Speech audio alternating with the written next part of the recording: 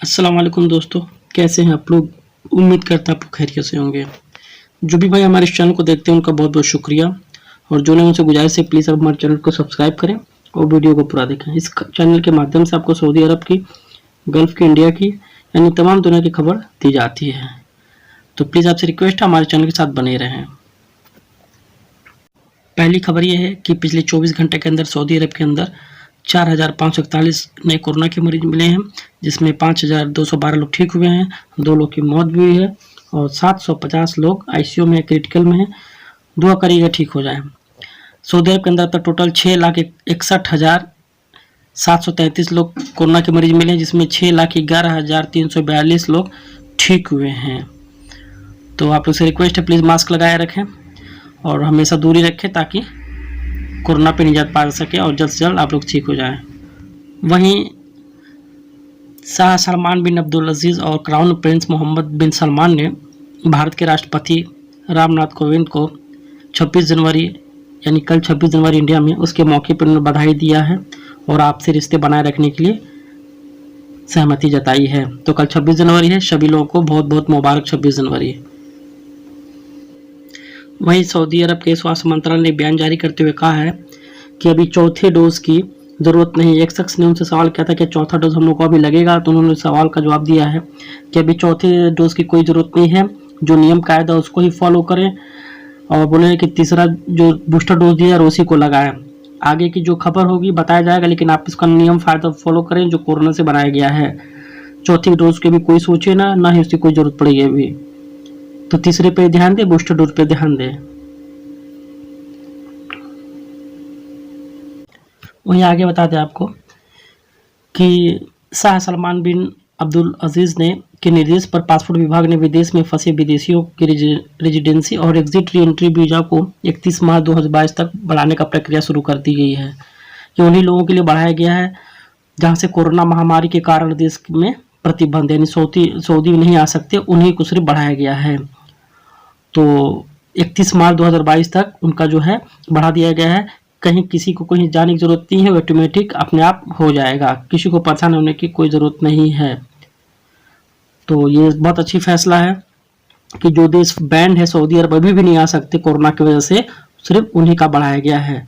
जो लोगों का फ्लाइट है चालू है वो लोग आ सकते हैं, नहीं आ रहे तो ये मत सोचे कि मेरा बढ़ जाएगा, ऐसा नहीं है। सिर्फ उन्हीं का बढ़ेगा जिन देश पर बैन है, सऊदी के लिए अभी एंट्री नहीं है, उसका ही सिर्फ बढ़ेगा। तो इसके लिए आप लोग घर बैठे ऑटोमेटिक हो जाएगा, आपको परेशान होने की ज़रूरत नहीं है।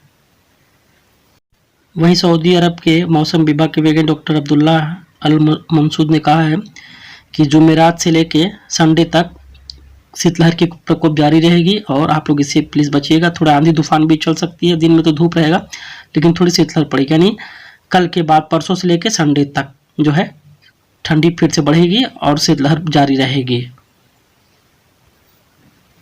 वहीं बात कर लें रियाल रेट की, तो अल जज़ीरा बैंक जो है 19 रुपये 57 पैसा दे रहा है, उसकी जो चार्ज है 10 रियाल है। हिंजाज बैंक जो है 19 रुपये 57 पैसा था, उसकी जो चार्ज है 15 रियाल है। STC दे रहा है 19 रुपये 57 पैसा, उसका जो चार्ज है 70 रुपये 25 पैसा है।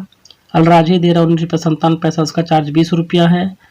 वेस्टर्न यूनियन 19 रुपये 61 दे रहा है, उसका चार्ज 70 रुपये 25 पैसा है। मनीग्राम 17 रुपया 19 रुपये 72 पैसा दे रहा है, उसकी चार्ज जो है 23 रियाल है।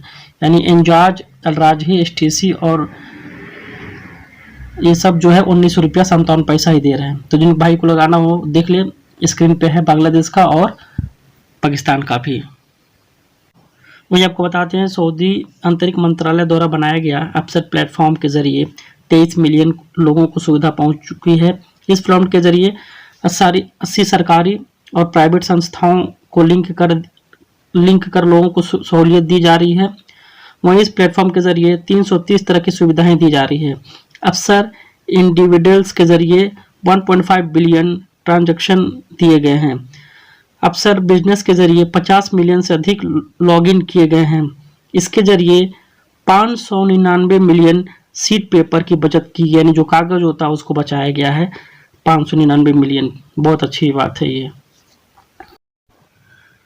इंडिया पाकिस्तान फ्लाइट आज़ादी के बाद पहली बार फ्लाइट से भारत पहुंचेगा पाकिस्तानी यात्रियों। बनने जा रहा है इतिहास। अभी तक दोनों देशों के बीच सिर्फ ट्रेन की सुविधा है, लिहाजा पर्यटक और श्रद्धालु समझौता एक्सप्रेस या पैदल के सीमा पार ही करते थे। पर्यटन को लेकर दोनों देशों के बीच 1974 में एक समझौता हुआ था। जनवरी की शुरुआत में भारत तीर्थयात्री को हवाई मार्ग से पाकिस्तान पहुंचने के बाद अब जो है पाकिस्तान पर्यटक भी 75 साल में पहली बार पाकिस्तान इंटरनेशनल एयरलाइंस की स्पेशल फ्लाइट से 29 जनवरी 2022 को ये भारत के लिए उड़ान भरेगा। मेंबर नेशनल असेंबली और पाकिस्तान हिंदू परिषद के अध्यक्ष डॉक्टर रमेश कुमार के अनुसार दोनों देशों पड़ोसी देश धार्मिक पर्यटन को बढ़ावा देने के लिए PIA और एयर इंडिया के बीच समझौता हुआ है। समझौते के अनुसार 29 जनवरी को लाहौर से रवाना होगी और 1 फरवरी को वापस पाकिस्तान लौटेगी।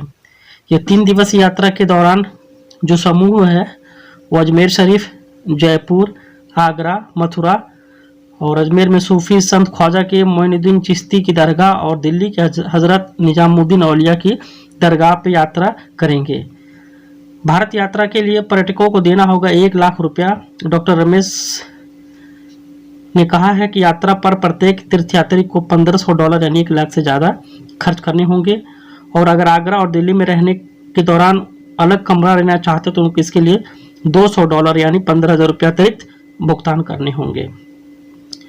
वक्फ बोर्ड और धार्मिक मामलों के मंत्रालय सब आने जाने की व्यवस्था करते हैं। आपको बता दें कि भारत की ओर से समझौता एक्सप्रेस ट्रेन दिल्ली से अटारी तक जाता है और वहीं पाकिस्तान से लाहौर से बाघा बॉर्डर तक ही चलती है। तो ये बहुत अच्छी बात है कि इतिहास में यानी इंडिया से जब से आज़ाद हुई है 75 साल के बाद ये रिकॉर्ड होने जा रहा है, इतिहास बनने जा रहा है कि हवाई यात्रा इंडिया और पाकिस्तान के बीच शुरू हो रही है श्रद्धालुओं के लिए और आगे भी इंशाल्लाह कुछ आगे ही अच्छा ही होगा। तो ये बहुत अच्छी खबर है, आप सभी को ये बताइएगा।